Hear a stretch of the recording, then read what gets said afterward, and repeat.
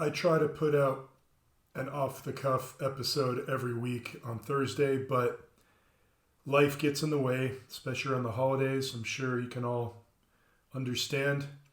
But I did kind of want to push this out there. I feel this is kind of urgent. I want to talk about this movie, Leave the World Behind, this Netflix release that was produced by the Obamas, of all people.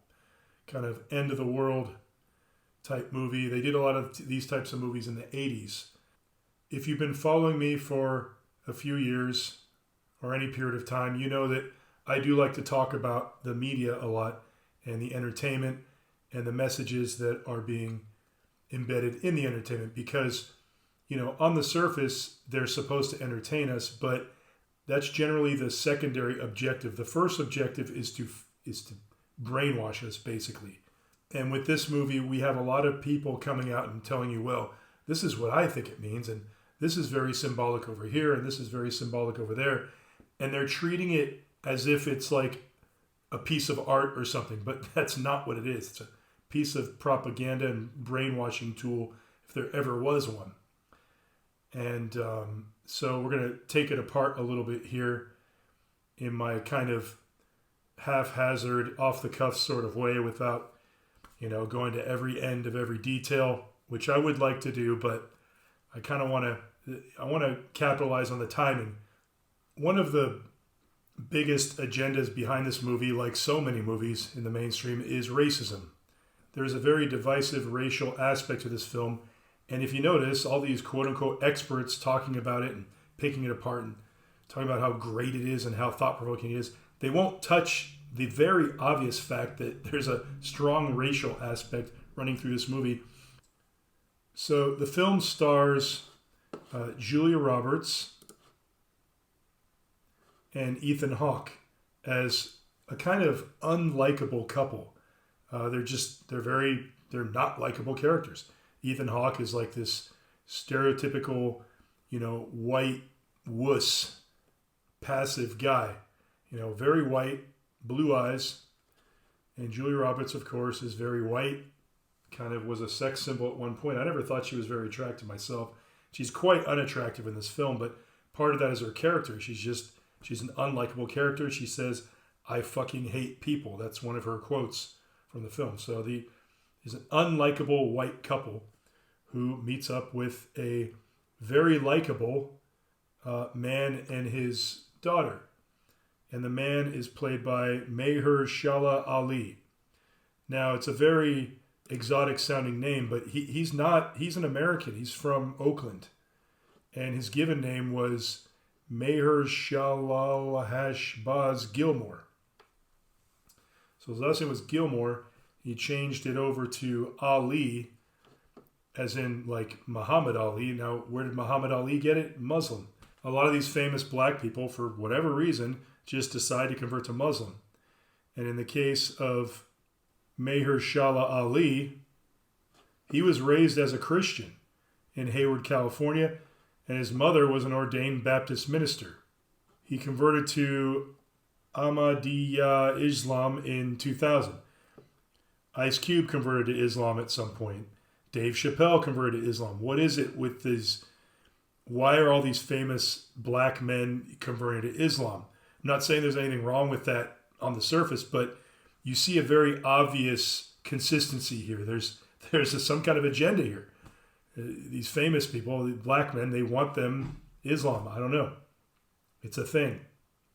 In The Watchmen, I talked about Angela Abar, the black woman, hero in that series, and she has a secret identity where she runs a bakery that has a symbol that is very similar to the Islam Muslim flag, the crescent and the star, and it's supposed to be a bakery. And I talked about how that was a reference to the Black Muslim Bakery, which was in the East Bay, Oakland, Berkeley area, where this guy's from. And that's where Angela Abar, the actress that plays her, that's where she's from. She's from Oakland also. So there's this consistency here. I can't make this shit up. I'm just connecting the dots, and you can decide what it means.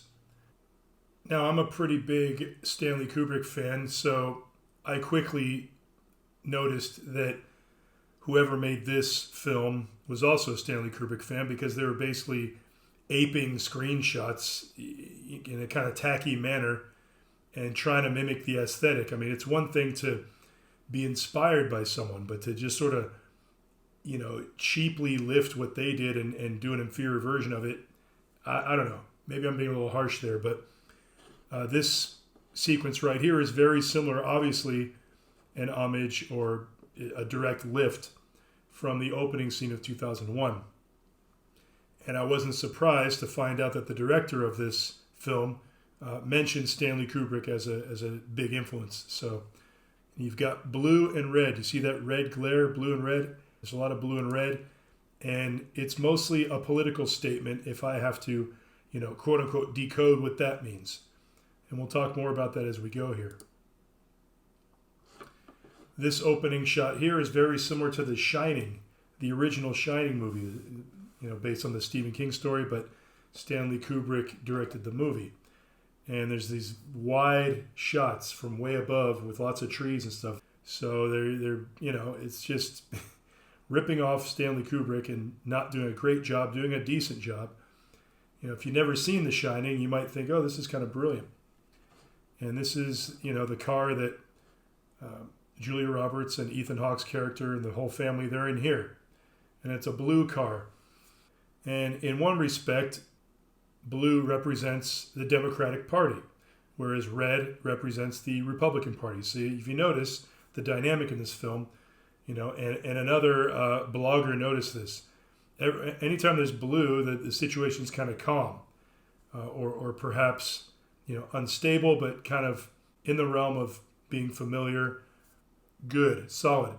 Whereas red indicates, oh no, something bad's happening. Which, in a more general sense, you think of stop signs and red lights and things like that. But if you think of the fires in Maui that just leveled pretty much an entire city almost, or half of it, a lot of people believe that was a directed energy weapon. And there's some really strange pictures online that you can find, and I believe they're genuine, where you see an entire area completely incinerated except for a blue car, which is unharmed. So the belief is that there's some type of directed energy weapon which doesn't affect certain colors. So that's another interesting thing to consider here. So the first weird thing that happens is, so this family's on vacation. It's going to be spoilers here, by the way. And they're on the beach and everything's perfect. And then this oil rig, this oil tanker just comes right up on the land and freaks everyone out. And you can see everything's kind of bluish, green, blue. And then the oil tanker's red.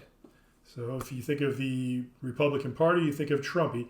But he in every speech, he says, we're going to drill, baby, drill. Meaning, we're going to drill for oil because look at the price of gases right now. The reason why gas is so high is because we're trying to get off of, polluting the planet, right? Trying to go electric. Well, it's turning out to be an economic disaster because the infrastructure isn't there, and we're $34 trillion in debt as a country, and we're trying to create a completely new infrastructure that just doesn't make any financial sense. So, and we're importing oil from other countries, and it's costing us more money, and that's why that's why gas is so expensive.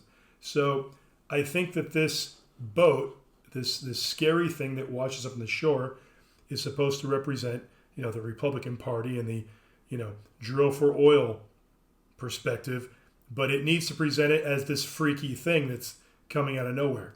Now, the reason why this, I guess, happened is because there's some kind of event that occurred here where all electronic devices, internet and cyber, it's all down.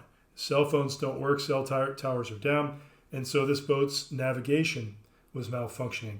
So I'm guessing that's that's what happened here, according to the plot of the film.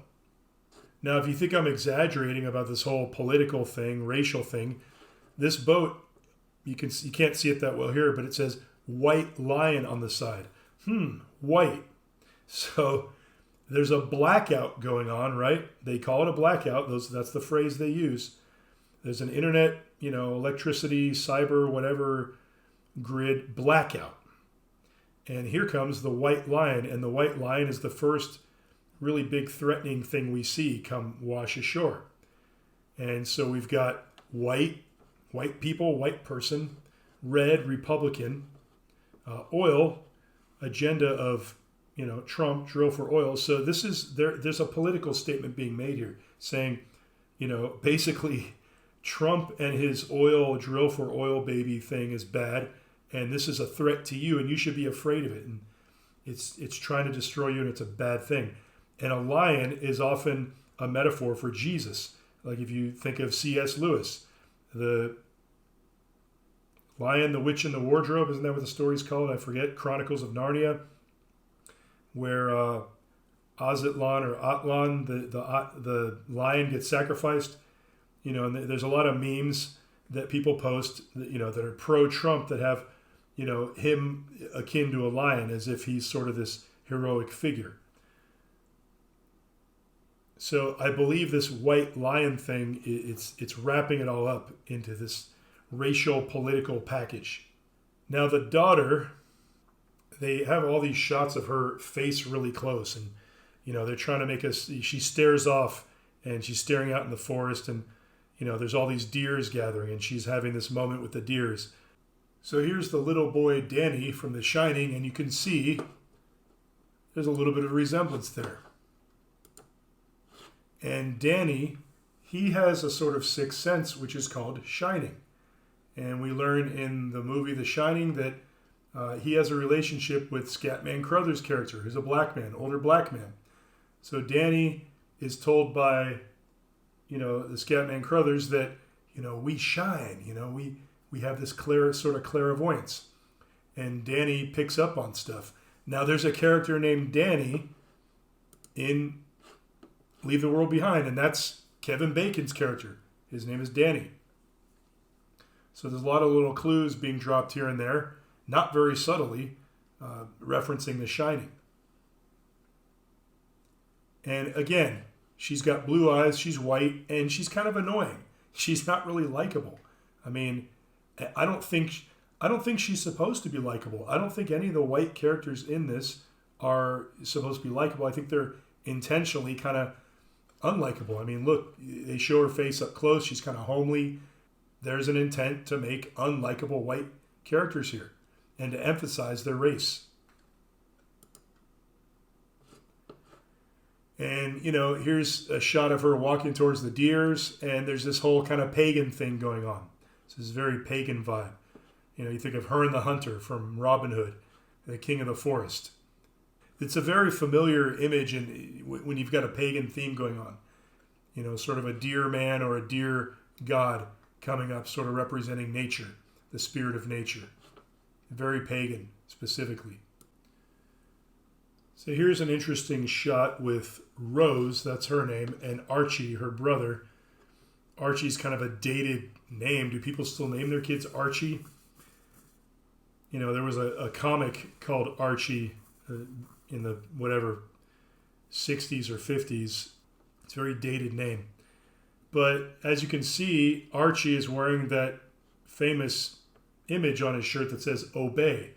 That's a picture of Andre the Giant, obey. You used to see this all over. I used to see this all over, graffitied on walls and flyers. And I used to think, what the hell is that? Who's putting those up? Why does it say that?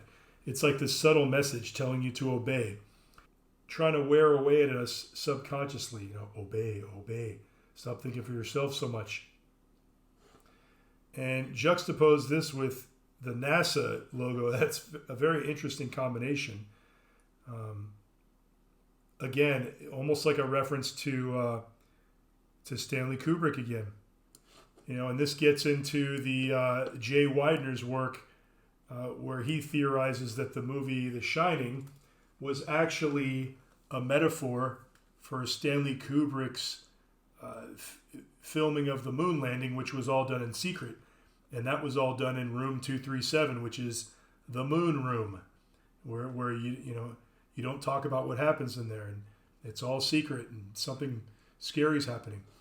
And we've got this scene where Danny is driving to room 237. He's driving around, and he's down, and then he gets up, and you notice his shirt says Apollo 11 USA, and he gets up, and that's Apollo 11 taking off.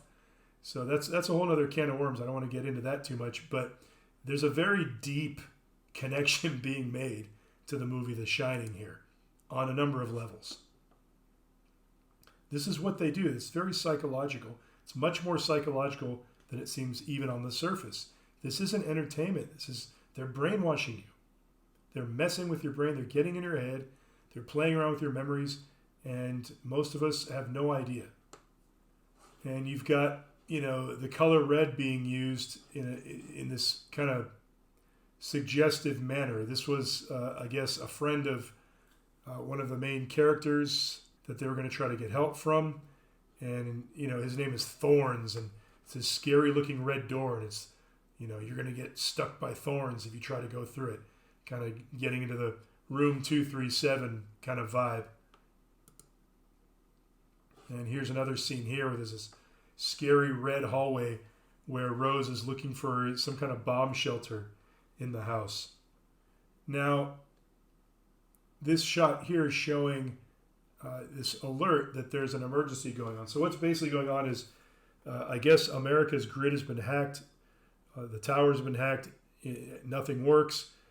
This is something that is speaking to people, all types of people, but people like me who follow Mr. Letter.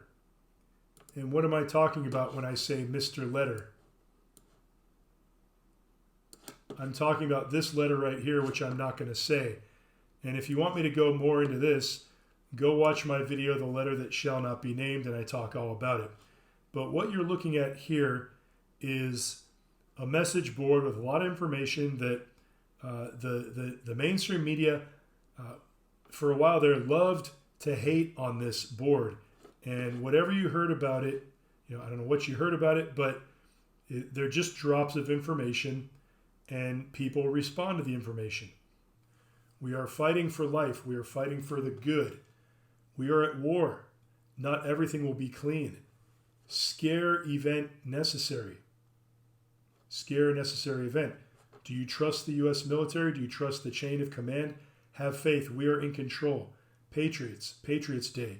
Have faith. You were chosen for a reason.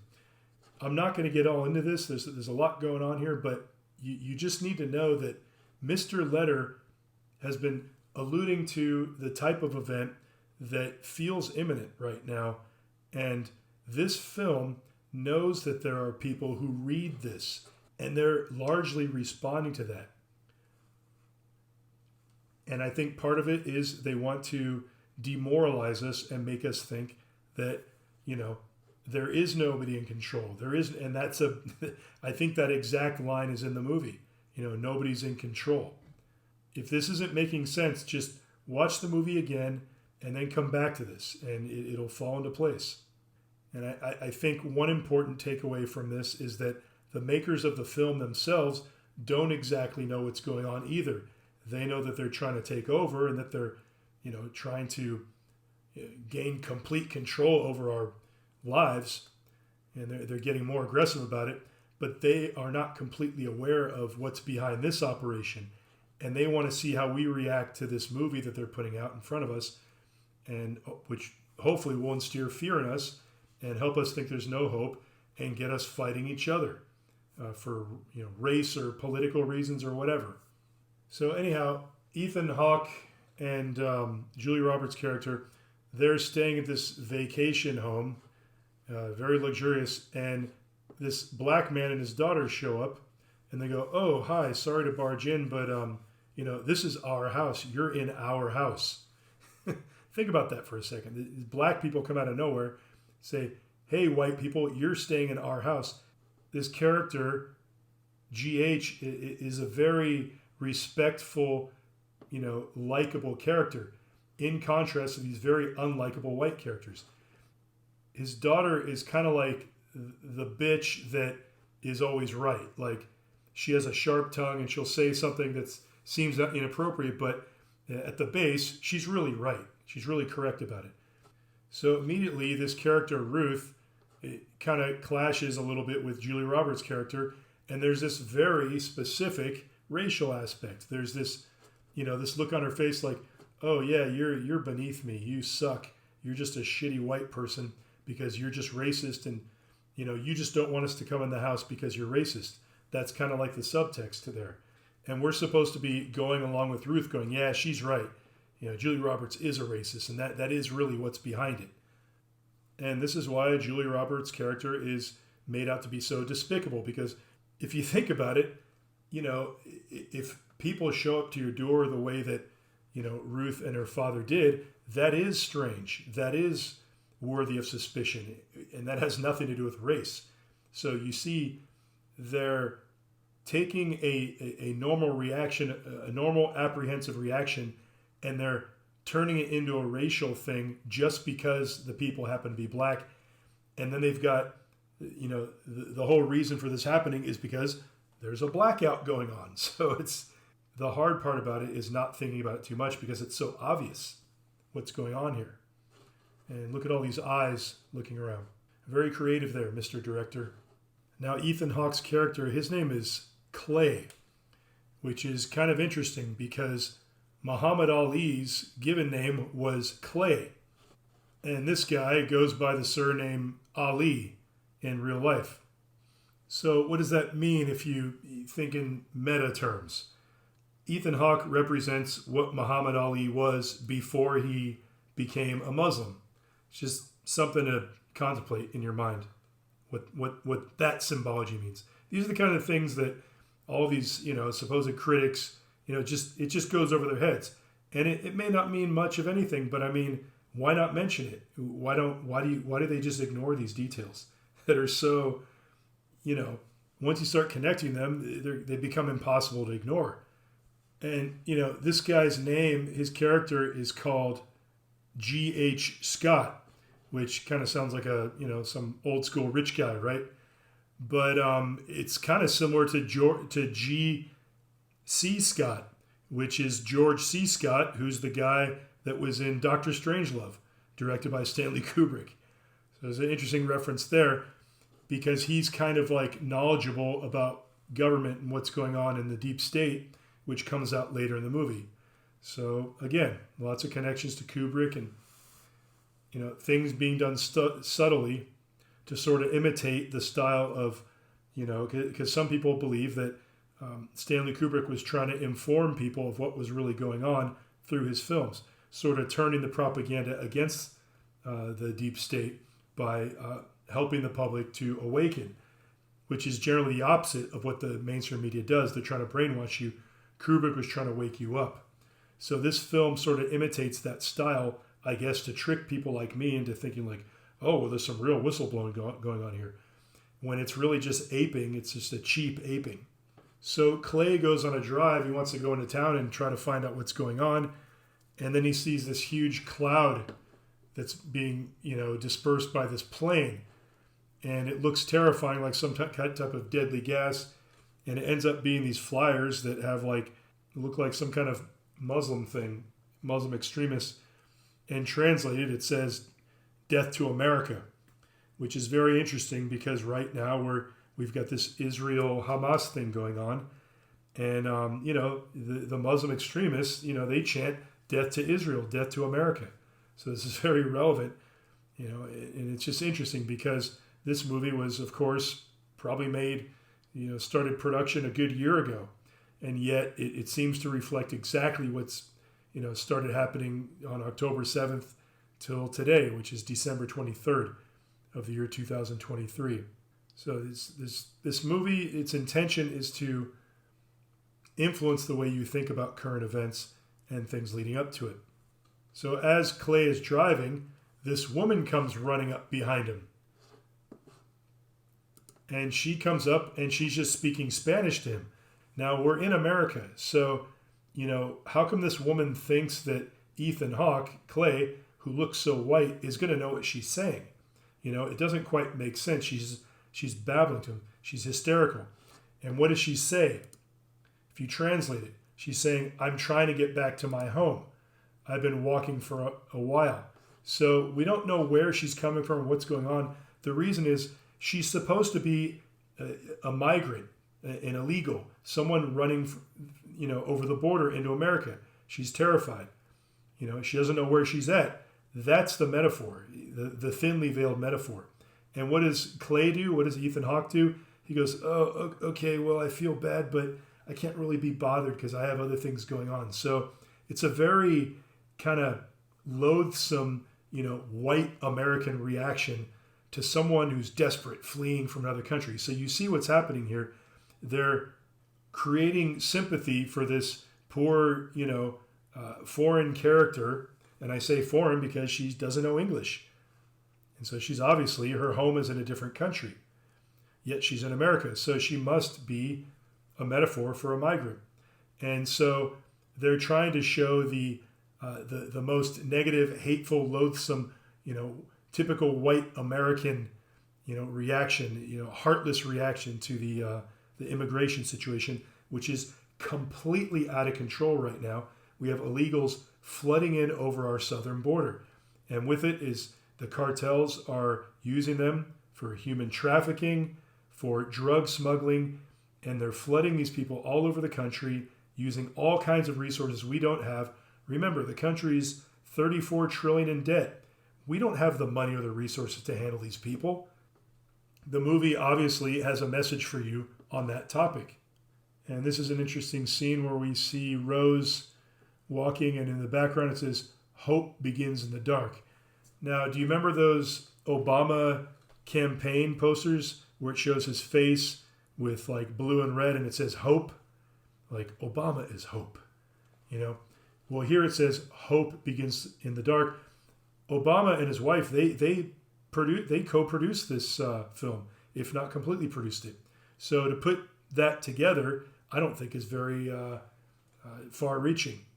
Hope begins in the dark. So dark, black skin, race. Hope begins with the dark race, with blackness. Be black, be Democrat. That's the message here. You remember the Watchmen TV show? Remember, Dr. Manhattan is originally played by Billy Crudup, a white guy, but then in the TV series, he becomes black. And what color is Dr. Manhattan? He's blue. So if you become black and you become blue, then you get godlike powers. You see the metaphor there? It's completely political, completely racial. Now, Archie is just basically another kind of unlikable, forgettable white character in this whole story. He's kind of more innocent than anyone else, but when his teeth start falling out because he got stung by something and he has some sort of toxic reaction, I honestly didn't care that much. I didn't really care about him. He has no character development. He's just sort of there to be a dummy and to be a creep and take pictures of Ruth, who isn't interested in his advances. And Ruth is just kind of like this, she's there to enforce like the loathsomeness of these white people. That's kind of what she does, and we're supposed to sort of be on her side. And if you think I'm exaggerating, there's a scene where she's laying in bed with her dad. She flat out says, well, Dad, they are white. Sort of insinuating that all white people are a certain way. So it's like, these are the kind of statements that if white people say them about black people, people freak out. But, when a black character says about white people, makes a stereotype or makes a generalization, that's okay. And none of these, as I keep saying, these, educated critics or bloggers or whatever, none of them seem to notice this. So because Archie is falling ill, GH suggests going to see his friend Danny, who's basically a stereotypical white patriot, Second Amendment following, Lone Star, Texas, Ted Nugent. I mean, you're supposed to think of all the worst qualities of a patriotic, white, heterosexual man. That's what this is supposed to be. He's got blue eyes. It's supposed to be a negative interpretation of this type of person. But the thing is, there's nothing wrong with loving your country. There's nothing wrong with the Second Amendment. I mean, it's in the Constitution. It's there for your protection, to protect you from Big Brother. So, but here he is pointing it at his friend and being all untrustworthy. And like in so many films that we see, and so many things that I point out in these films, a lot of these characters, they're specifically designed to enforce a negative stereotype about someone, usually racially. So he's all prepared and he's got his family there and I just want to protect my family. I got all my stuff. I don't care about you. Go take care of yourself. Every man for himself. So this gets into the whole Civil War thing as well, which, I talked about years ago, just looking at the Marvel movies and the DC movies. They had one called Civil War. Remember that one? So they've been building this up for a while. They want us attacking each other. They want us hating each other. That's the point. Because they realize they can't do what the Nazis did. They can't just drag us out of our houses and take us to concentration camps. They need us to destroy each other and become so divided that, the only solution is for Big Brother to come and bring about a sort of communist dictatorship. That's what they want. And that's why the news media is running around calling everyone a communist and a dictator and a fascist, because they're projecting what they are. They're projecting what they want to do. They want to take our freedoms away. So they need Kevin Bacon, his character, to make these type of people, look in the most negative light as possible. When in fact, these types of people come in all races. All you need to have is a brain on your head and a will to protect your country and to love the land that you live on. You don't got to be some nutcase racist weirdo. It doesn't have to be like this. This doesn't have to represent every single person that, is a quote unquote patriot. Everyone who loves their country doesn't have to be regarded as an extremist, but that's the stereotype they want. They want the word patriot to equal extremist. And there's this scene where GH and Julia Roberts' character are having this moment, kind of start getting along. They kind of get over their initial, friction, and even almost like a romantic kind of vibe going on. And if you recall, during this same scene, his daughter Ruth totally comes on to Archie. She comes on to him, like ask him if he smokes weed, being really flirtatious. And then she turns around later and accuses him of like trying to hit on her, you see? So she's a real devious character. And the way they present her, it's like we're supposed to be on her side, but she's really a bitch, a troublemaker. But we're not supposed to say anything bad about her, because then we're just being Julia Roberts, right? We're just being, assuming that the worst because she's black, right? Anyhow, they start dancing and he wants to play some nice old school jazz for her, but she's like, no, let's play this. And she puts on some rap, something a little more crude that he's a little more refined. He doesn't necessarily listen to that stuff. And the lyrics are, if you listen to the lyrics, they're all like reflecting the most sexual aspects of the scene. And I just think the most noteworthy aspect of the scene is, at first it seems like he wants to, talk her into having sex, but turns out he's the restrained one and she's really the one who wants to like go for it. And who cares about my husband and all that stuff? So she, again, the white person ends up being the devious one, the one who wants to, cheat and be bad and all that. And he's like, no, hold on, I got morals, right after he talks her into like, having a drink and hanging out and listening to records. So while all the power's off and everyone's, divided and wondering what's going on, and, someone's bombing New York City. So this is a reflection of the scare event that a lot of people are anticipating. And I don't think the makers of this film, or the deep state, or whatever you want to call them, I don't think they really actually know exactly who they are up against. So this movie feels like a little bit of a desperate attempt to sort of get some reaction so they can gather information and maybe figure out what's going to happen, because they don't know either. And they want to scare us while they're doing it, and again, promote division, racial division, and because they know as long as they keep us divided, whatever the plan is, that'll help erode the possibility of it occurring in the people's favor. So this movie is taking place during a quote unquote blackout, and all the electricity is out, I presume, as well as all the satellites. And this reflects a fear that a lot of people have in, you could say, the truth community, or people that feel that they're in the know. That, you know, a lot of people are talking about how, you know, communications will be disrupted. We won't be able to use our cell phones. The cell phone towers will be out. So a lot of people are looking at satellite phones, and, you know, these more expensive services are now being, you know, marketed to you know, doomsday prepper types, if you will. And Starlink is in this category because, you know, Elon Musk's Starlink, they have their own satellites. So the idea is, well, I'm getting this because if all this shit goes down, I'm still going to be able to, you know, call people and such. But in this film scenario, that is also sabotaged by the hackers or whatever terrorists are involved in this attack, this cyber attack. And you see a picture of the satellite falling. If you've ever heard of Space Force, which was a military branch that President Trump created, and, you know, the press secretary kind of mocked it, the news media didn't really cover it, but that was the purpose of Space Force being established, was to protect from something like this. So if something like this happens, you're going to hope that something like Space Force exists to restore communications. And another aspect of this, and this is reinforced by the scene where all the Tesla cars come crashing in the street. They're all on autopilot, and they all get sent into the street, crashing into each other, blocking the roads. So the message there is, no, Starlink isn't going to save you. Elon Musk isn't going to save you. You know, alternative means aren't going to save you. So the last thing I'll touch on is this connection between Leave the World Behind and the TV show Friends.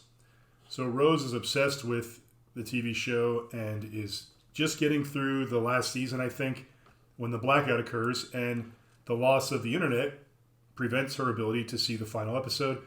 So her big thing, you know, she's more concerned about that probably than anything else. So it's an interesting metaphor for, you know, how people don't want to live in reality. They want to live in a fictional place because it's better than, you know, fictional happy place is better than the scary real world, right?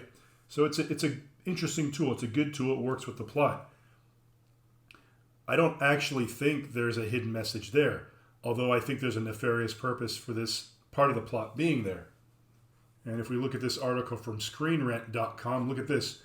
The significance of Leave the World Behind's obsession with Friends extends beyond its storyline, offering commentary on Netflix as a streaming site. So, you know, these are the types of observations I make a lot in my videos that people probably hear me say and go, oh, he's a nut. What is he talking about? Well, here you have a, you know, mainstream news source making such a type of observation, saying that the themes in the storyline go beyond the actual segment of entertainment itself and into real life. And I talk about how actors, who they are, their names, often play a role in the plot of some of these movies. The movies play off of real life facts to sort of weave together reality and fiction in a way that's very manipulative. So, you know, when I say it, I'm a batshit crazy conspiracy theorist, but when the media says it, it's just, you know, completely believable and completely possible, right? Well, what's interesting is Matthew Perry died on October 28th under what seemed like pretty suspicious circumstances. I mean, died in a hot tub on ketamine or drowned or something like that. Very fishy. You know, October 28th. Leave the World Behind debuted on May 12th, 2023 at AFI Fest. So that was like a limited release. The full public release in theaters was November, a month after Matthew Perry died. So the timing is difficult to ignore. It's not dead on, but it's close enough to where, you know, people like me are going to be like, that's interesting. And I don't think that's by accident at all. So in one sense, the reference to Friends, I don't think means anything beyond the plot.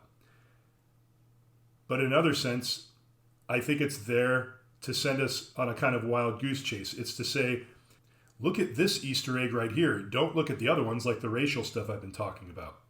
But, you know, the question is, you know, would these deep state types actually murder someone just to get something like this across? I mean, if you think about whether that's true or not, I mean, if it is, that tells you just how evil and devious the controllers of our entertainment and propaganda really are.